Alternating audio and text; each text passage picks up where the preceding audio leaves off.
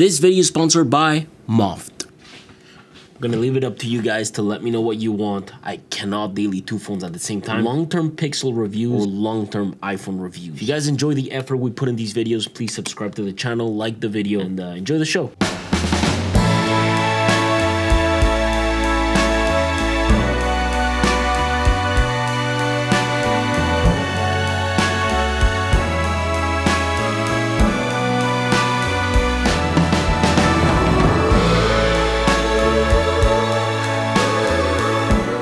Came back from a Polestar event and I've had this box here since Wednesday. It's almost 7 a.m. I've got to finish up today's video and then I have to spend some time setting this whole thing up so we can spend the whole week with the iPhone. I literally have a hectic week ahead of me. Anyways, enjoy the video. Could we ever change this song into something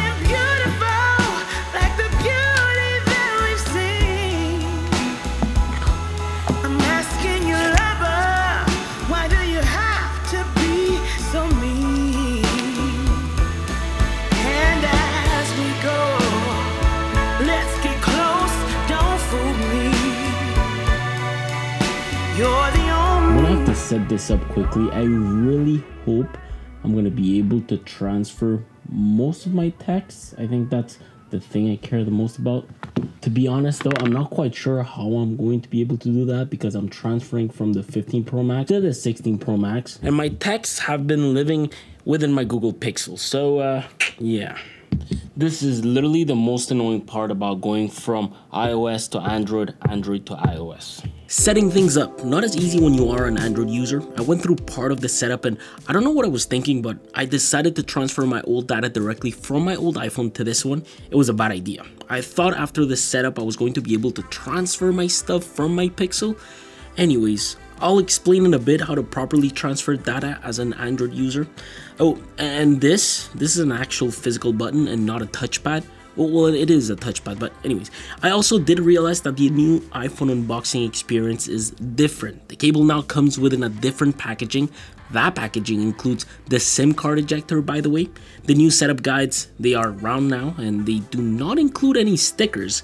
Now, unlike my Pixel, there was absolutely no chance I was going to rock this without a case, mainly because I actually had cases for this and a few cool accessories.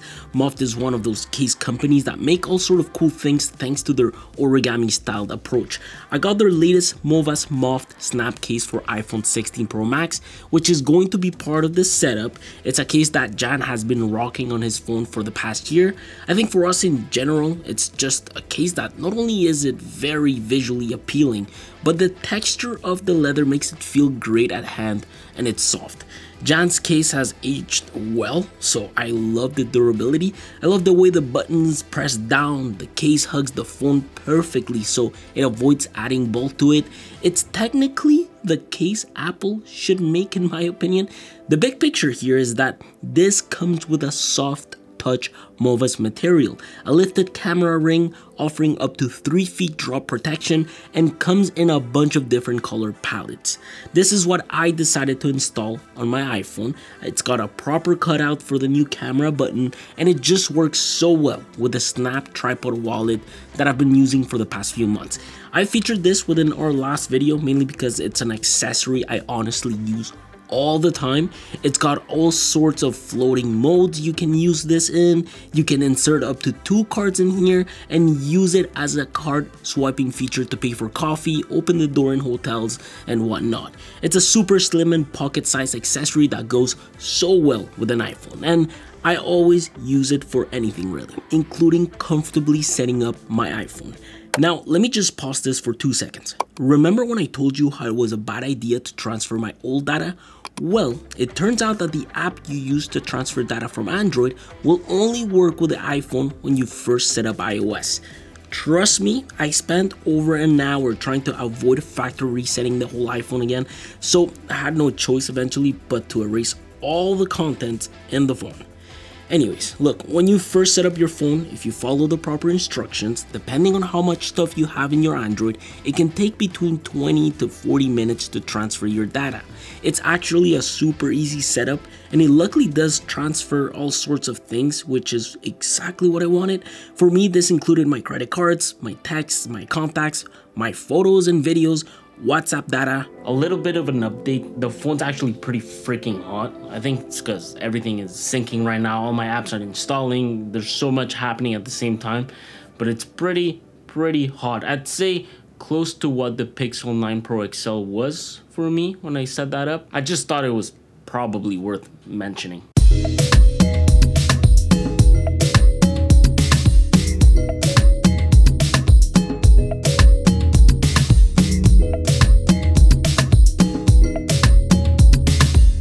It's definitely a really good looking phone. So Desert Titanium is the new color this year. It reminds me a lot of what their old gold models were, except this time we've got these titanium bezels, of course.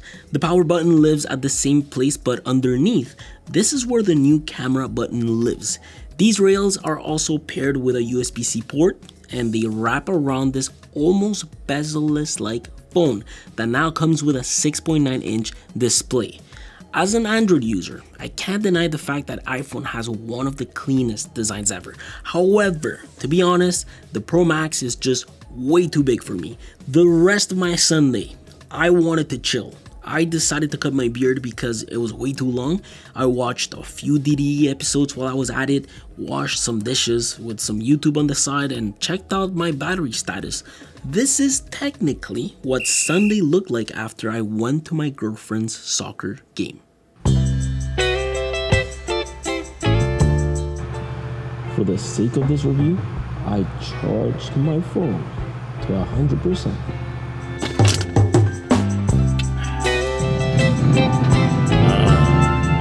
I'm pretty freaking tired. I've got to go pick up an electric vehicle at 11 a.m. I'm gonna be spending a week with an electric car, so that's interesting. I've been trying to adjust to iPhone again, like to iOS. I keep making like swipe gestures that don't even really exist on the iPhone, and I'm just not used to it because I went from the S24 Ultra to the Pixel. And now back to iPhone, and it's like I've never used a freaking iPhone in my life. It's so weird. Anyways, that being said, boys, today's Monday, and we are going to the office.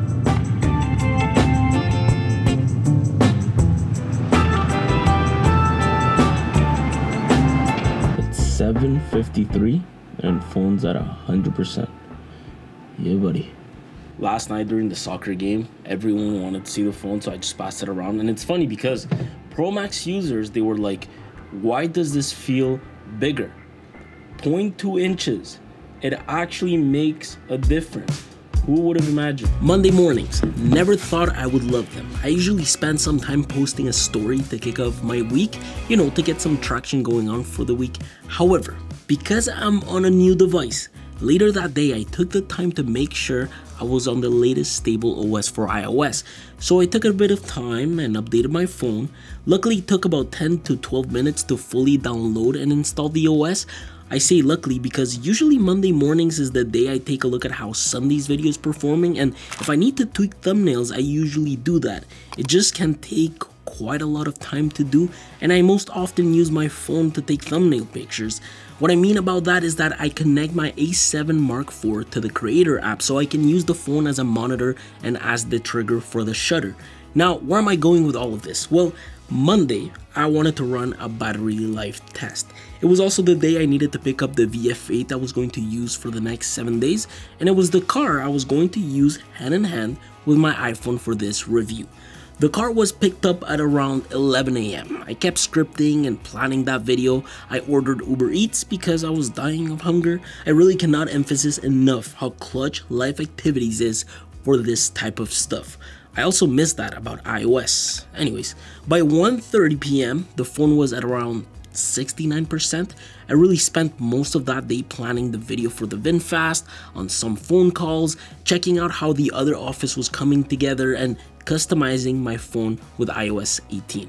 So with iOS 18, you can now customize a few more things. You can finally change or remove the controls on your lock screen.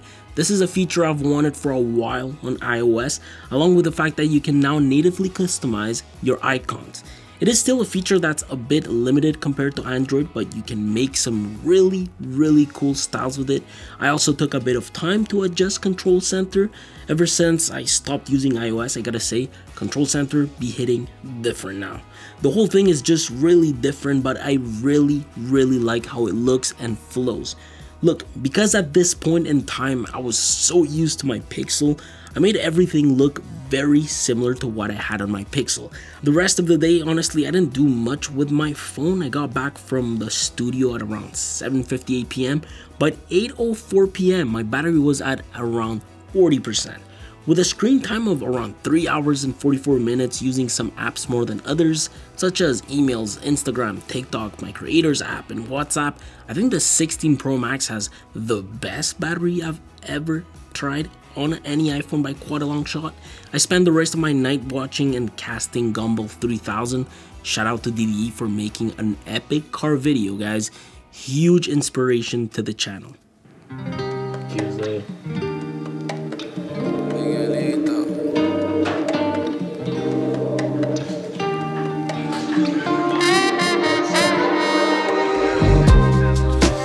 Apparently I'm no longer the group destroyer.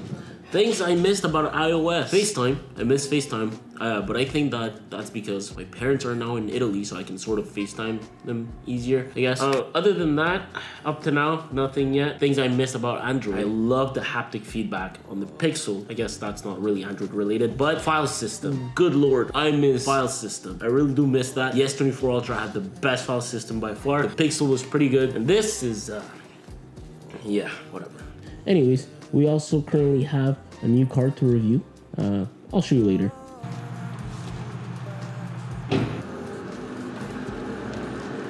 Tuesday, big day. It's the day I ran my first 10% battery test. That day followed with a few shots we needed to get for the VinFast, and Jan and I ate this insanely spicy chicken cutlet. Holy crap. Sent us to the bathroom real quick. So my 10% battery life test. Here's how that went. It's Tuesday, 9:27, 10% battery life test starting now. When I got to the office that morning, I needed to put together some analytics for our socials, so I spent some time on that. I spent some other time running emails, freaking out because TikTok wouldn't log me in, uploading some files to my drive, and I edited a picture that I needed to go fetch within our local network hard drive. By the way, the new Photos app, holy, not it, it's complicated. By 10:39 a.m. the phone was at 1%. I even went as far as replying to my realtor with a voice memo on WhatsApp. At 11, the phone was still at 1%. Phone, I don't know how it hasn't died yet, but it's 11:05 and it's at 1%. What I'm gonna do though is that I'm gonna take this Anchor battery and we're gonna charge it with it. And I guess just see how long it takes to charge. So ladies and gentlemen, this is a fast charger and we are doing a charging test. Bam, charging. Between us getting a car wash for the car, us going to the location we wanted to shoot at, shooting the car, by 12:40 p.m. we had a battery charged at 95%. In between all that, I checked the status of my battery. So at 11:30 we had 35% and at 11:55, 63%. Please do keep in mind that throughout half the time, Apple CarPlay was running. As we kept shooting that day, on my full charge, I did not particularly use the phone much. We've been honestly just mainly roaming around with the car, trying to shoot a few scenes and using Apple CarPlay, which I guess it's why we are at 87%, 3:20 p.m. But yeah, I am extremely hungry. Jan as well. We're gonna go eat. I'm telling you, I see them everywhere, bro. I see VinFasts everywhere. Look. Hey, sir! He said hi! Yeah, bro, I love it. Let's go.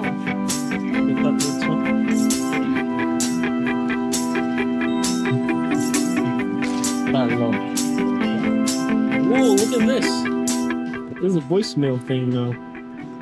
Oh, the live voicemail? Yeah. Live voicemail? That's awesome. I think live voicemail is so much better than visual voicemail from Android. However, holy is the file system on iOS just not good. After using my S24 Ultra and even the Pixel as dailies, I can definitely see why people hate on the iOS file system so much. Look, copying a file from my NAS to a designated folder within my device is easy, but the issue is that I don't have full control of the file management within the phone. Finding things like media within the Photos app which I've copied to my phone is impossible. The way to do it on iOS is that you need to actually download the picture to the device, regardless of whether or not it lives on your phone storage already. What I'm trying to get at is that there are no designated DCIM folders that connect to the Photos app like on Android. That morning I was just annoyed. At least to their defense, hotspot on iOS is slightly better and the camera as well, but only for video, mainly because log during the day is so freaking good. So this is what log looks like during the day with proper lighting. To compare that to 4K 24 frames per second, this is what it looks like without log. The iPhone cameras are honestly such a good alternative to our FX3 cameras. When it comes to taking pictures, it's a bit of a different story for me. Don't get me wrong, I think out of all the phones I've tried, this has the cleanest lens transition. But out of the box, at all focal lengths, I genuinely like the Pixel more, which to me is the best phone for raw photography at the moment. These images are super easy to edit on Lightroom and they turned out really nice. I also took a bit of time to take some pictures of this car for most focal lengths so I could show you what these would look like. Of course, throughout the week I took a lot more pictures. This wasn't my only photo sesh, let me tell you that. I took all kinds of pictures of a bunch of stuff with different focal lengths, different environments, lighting and whatnot. The new ultra wide at 48 megapixels is nice, but I wouldn't say it's a night and day difference compared to last gen, although at night it can be. It's a really solid camera, don't get me wrong, it outputs incredible stuff, although it doesn't feel like an upgrade from the 15 Pro Max, and the 5x 48 megapixels of the Pixel is just so much cleaner. By the way, I do want to mention that the new camera button is really dope. It's cool, it works really well. I first started using it a lot Sunday night during my girlfriend's game. However, it can be a bit of a hit or a miss. And what I mean about that is that sometimes I find myself pressing this by accident and tweaking the settings. I played with it a lot though. I really think it's a great starting point to proper photography with the iPhone. The zooms are really smooth, whether you are using it as a free scroll or going through the preset zooms. I found that I was able to easily take photos with it. However, taking sports photography or just photos of objects moving really quick at night, it's not it with this phone. But video with the iPhone is absolutely unbeatable in my opinion, and honestly, I'm mainly talking about log. Check this out. Come back, yep.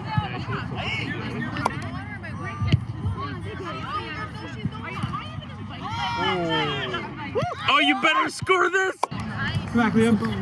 There you go.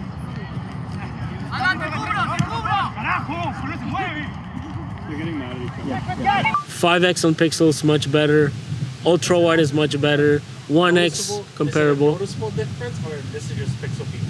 If you were to bring down, like, you're really criticizing both. Like, if I were to put you a Pixel photo and the iPhone photo, so the screen, can you tell the difference? I think I can tell the difference. Will most people tell the difference? Maybe not. Okay, exactly. That's the whole point, right? So you're iPhone fanboy, man. Little photo sesh, 71%, 512. Take a wide of me, or wide of whatever. It's on autofocus? Yeah.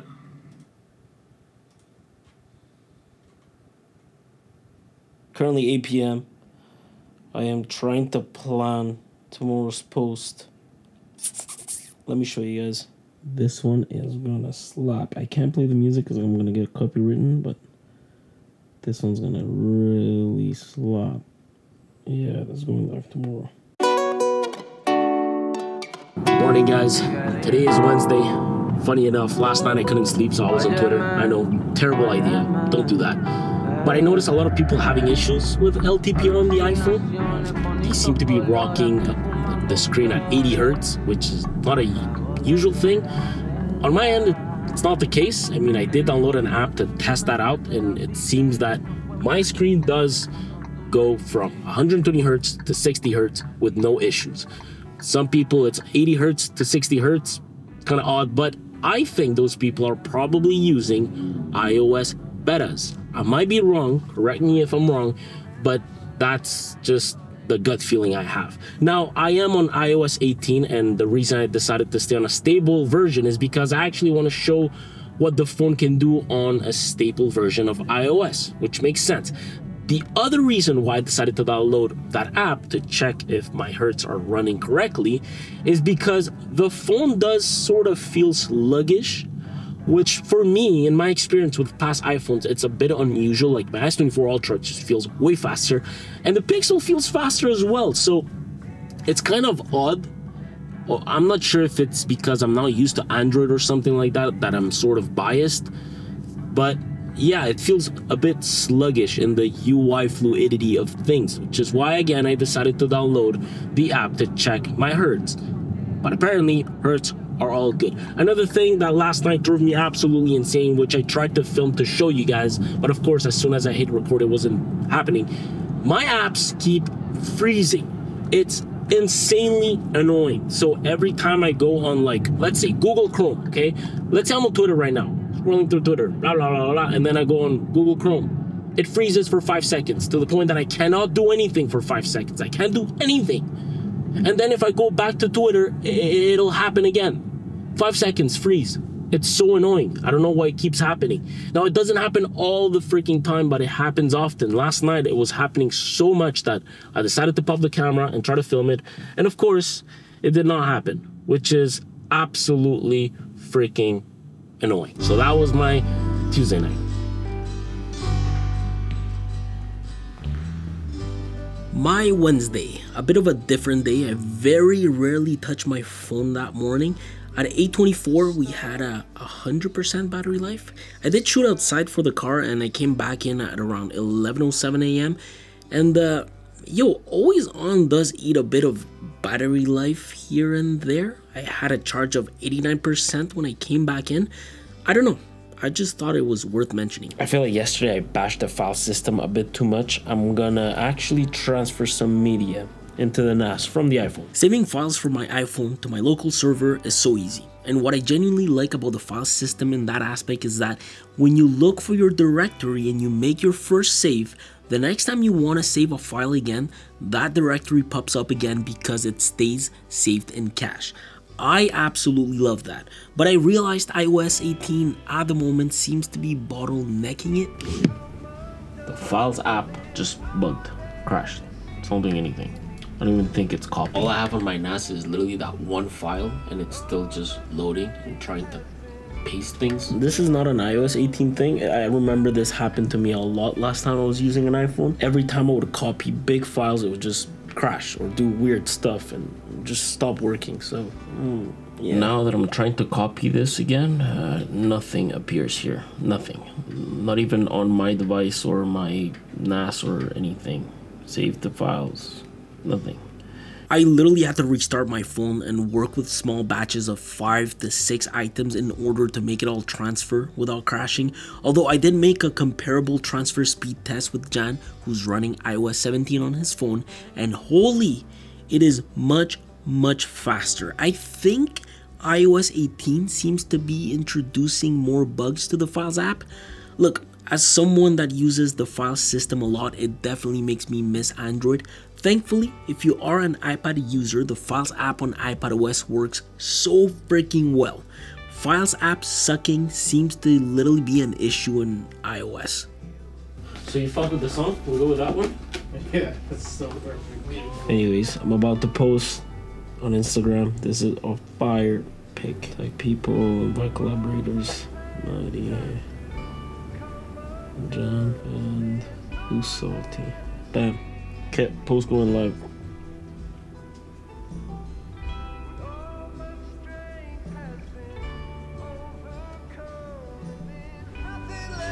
Yeah, but I mean, if the numbers make sense.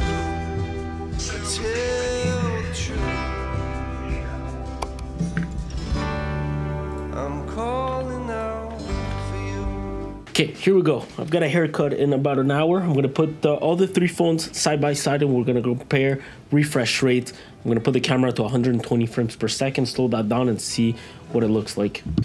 Kid you not, everyone is literally talking about this. Okay, so here's the real test I ran. I put the S24 Ultra, the Pixel 9 Pro XL, and the iPhone 16 Pro Max all next to each other. I opened Twitter, Instagram, and Reddit in order to compare scroll smoothness between the three and even UI fluidity. When it comes to Reddit, I think the Pixel performs okay. The fluidity is not too bad, but compared to the iPhone, it really isn't as choppy. In real life, you can honestly barely tell the difference, but I do have a feeling this might not be running at 120 Hz. The S24 Ultra beats all of them by a long shot. I find the fluidity is a lot smoother and it really pushes its hertz to the max. When it comes to Instagram, I have the same feeling just across the board. I mean, here the phone that outputs the smoothest experiences, the S24 Ultra. So I'll definitely say the S24 Ultra wins again here. Twitter is actually a bit different. In my opinion, out of all the phones, the Pixel scrolls the best through the timeline. The iPhone, however, man, it really seems it's not running at 120 Hz. I don't know what to think about it. It's just kind of odd. Today was supposed to rain like crazy. Apparently the world was gonna end. Extra, read all about it. Extra, read all about it. What are we doing? Extra, read all about it.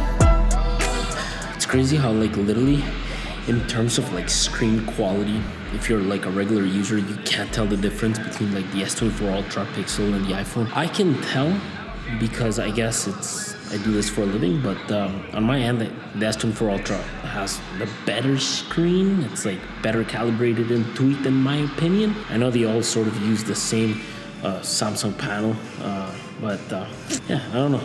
If you're just a regular user, you're not gonna be able to tell the difference, in my opinion. You gotta next to each other. You know, Eve, you got to put your face here. What was your deal? The lease deal was like $400 a month. With like 1,000 down. 1,000 down, $400 a month. I've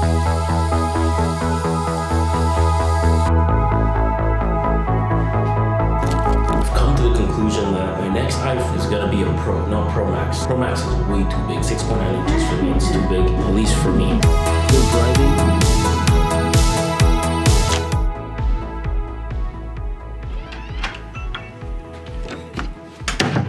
August locks are so much faster on iOS. So much faster. I'm just gonna charge my phone because I forgot to charge it last night. It's at 11%, 726. Charging now, baby.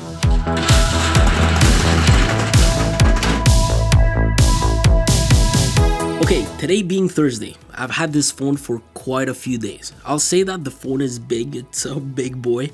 The only thing I really like about the Pro Max is how good the battery is. Like you guys saw, the battery life is really good. And so I think that if you are someone that currently has a 3-4 year old model, you're gonna notice a massive difference. You're gonna enjoy that. As for the rest, because the Pro and Pro Max this year are basically the same phone, in my opinion, going for the Pro might be a bit more worth it because of the size. So yeah, the 16 Pro Max is bigger. It's got one-handed mode to help out, very similar to what Pixel offers. I think though the S24 Ultra is the one-handed mode king in my opinion. The camera control unit, it's sick, but it does feel like they implemented hardware just because they are running out of ideas. It is a button that with a single click brings the camera app into the screen and then just acts as a shutter if you press it. If you touch it, there's this little haptic feedback going on. It pops out a menu where you can scroll through the last setting you enabled. 2 taps pops out the camera menu where you can choose your exposure, the depth, zooms, camera styles, and tone. It's got its own settings. If you head to camera settings, you can use that button to launch other stuff. The one thing I realized today is that the lens flare definitely seems like it's been reduced. It's still noticeable, but up to now it doesn't seem like it's as bad as last year's model. The mics, they all have this really clean feature within the video editor. You can actually tweak your audio mixes and it removes background noise very well. Anyways, I thought this was worth a mention. So, reflectivity test with Corning Gorilla Armor. Look at that. That's nice. I love this phone for that, especially the display. Okay, let's try it on the iPhone. Wait, that's yeah, okay, this is just like the Pixel. This is something that the iPhone and the Pixels need. I still don't understand why iPhone hasn't implemented this, and I don't get why Pixel didn't implement that on their latest Pixel. I mean, it's just such a game changer. It's really nice. It doesn't bother me in planes as much as I thought it would, but sometimes it just comes in so clutch to have this type of glare on a display. Anything else we need? You have batteries? Is it small? I need to. No. Yeah, why? Okay, John and I are heading to the condo because we're gonna go shoot the cinematic for this car. And I think I'm gonna grab a few more shots with a phone, especially in log. Maybe I'll grab FX3 clips and then iPhone clips, and we can like.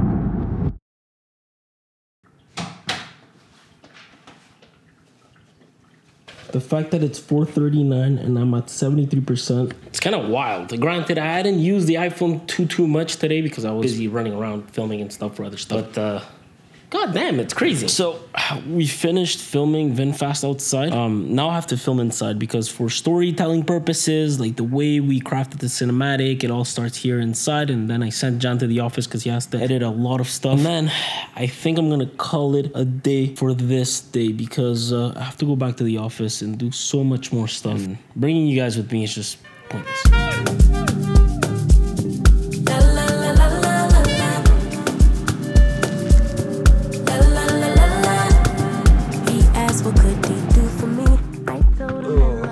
Good morning, guys. I've been literally at the office since 5 a.m. this morning. I'm working on a project. It's confidential. I'd have to kill you if I told you guys. No, but anyways, I haven't spent much time on my phone. Like, this is my daily average, but as you can see, Friday, which is today, I really haven't touched the phone much.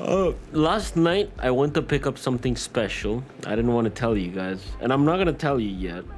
You guys are gonna have to stay tuned with the channel, and I'll show it at some point. I don't know when. We'll see. I really wanted to clean a bit of this mess up. I mean, the office looks absolutely disgusting. It looks like a real man cave. But before that, I'm just gonna get some more food into my stomach because I haven't eaten that much. I'm serving rich Auntie Chloe B.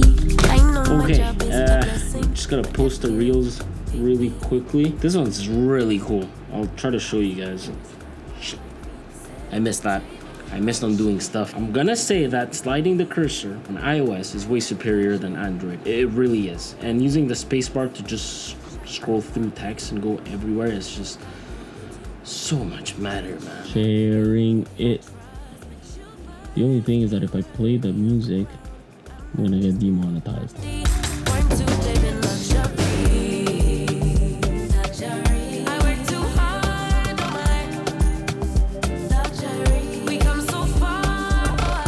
That, ladies and gentlemen, is how long it takes to post a reel. And then I'm just posting this on TikTok. Just gotta take a look. Maze feels so good. Whoa. I'm just gonna mention one thing I never got over with Android.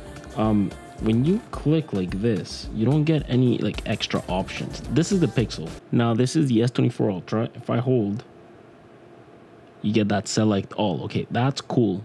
But iOS gives you so much more. Look at that.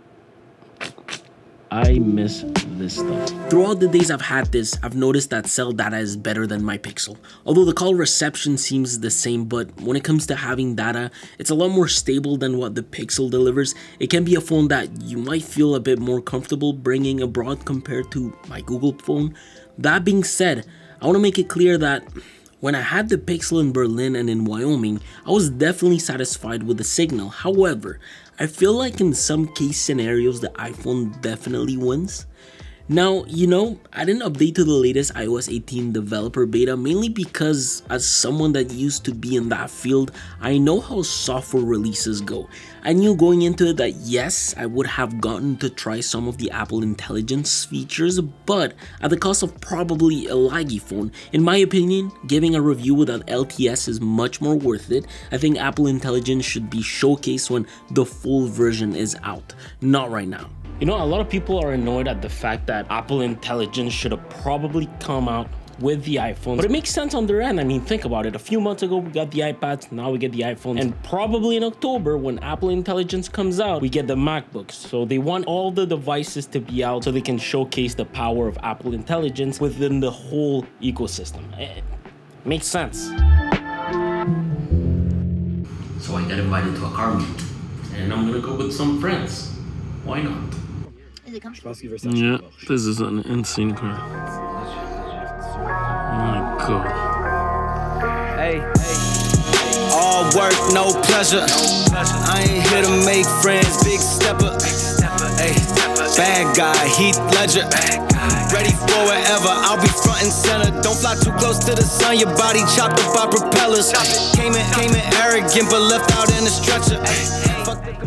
Sunday, 6:48 in the morning. Well, I decided to come in the morning because this video is literally going live in about 3 hours and I have to finish editing it. Look, other than the fact that my app still freeze at the beginning for 5 seconds, it really is great. Camera controls is a bit of a gimmick. I don't really use it that much. It's cool to have, but it's definitely not a must. To be completely honest with you guys, the upgrade is mostly worth it if you come from a 12 Pro Max. I wouldn't say from a 13 Pro Max you'll notice much of a difference other than the battery, of course. And I guess Apple Intelligence, like if you guys really want to try that out, you're gonna need a 15 Pro or a 15 Pro Max or the latest iPhone 16s, right?